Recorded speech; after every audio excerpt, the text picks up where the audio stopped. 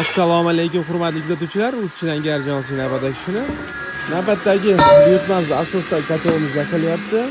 Navbatdagi quvvatdagi kotlovimiz 50 kW quvvatdagi kotlov dehqon akalarimiz tomonidan buyurtma qilindi, ya'ni issiqxonaga olib borib o'rnatiladi. Ushbu kotlovimiz 10 sotix teplitsagacha bo'lgan issiqxonalarni qizdirish quvvatiga ega holatda yasab taqdim qilinyapti. Ya'ni 5 sotiqdan 10 sotiqgacha bo'lgan issiqxonalarni isitish maqsadida quyidagi kotlovimizni tavsiya qilamiz.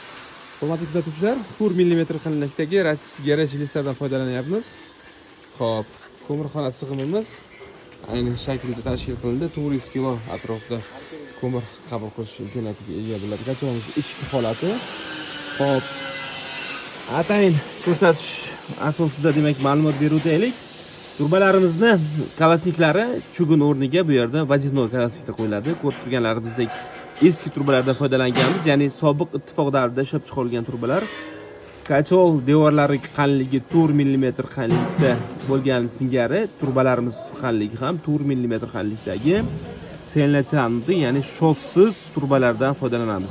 Katta bosim ostida ishlashga mo'ljallangan turbalar hisoblanadi. Ushbu turbalarimiz bugungi kunda demak yangi turbalarimiz nisbatan 3 turbaravar mustahkamlikka ega bo'lganligi uchun aynan mana shu turbalarimizdan foydalanamiz. Hurmatli kuzatuvchilar, pastdagi kalasniklarimiz suvli bo'lgani hisobiga kotlovimizni xizmat qilish muddatini ancha uzoq vaqtga olib borish imkoniyatiga ega bo'ladi.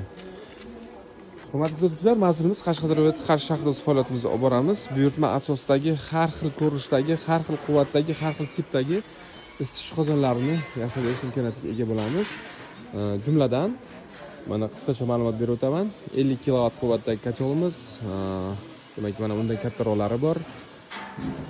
60 kWligimiz, 80 kWligimiz, 50 kWligimiz, mana bu ko'rinishda 40 kWlik ko'mir kotlovlarimiz ham yasab taqdim qilinmoqda. Mavsumga tayyorgarlik dehqon akalarimiz hosildorliklarni yig'ishtirib olgandan so'ng buyurtmalar asosida buyurtma qilgan kotlovlarni xarid qilish imkoniyatlariga ega bo'lishadi. Sog' bo'ling, salomat bo'ling. Keyingi videolarda uchrashguncha omon bo'ling.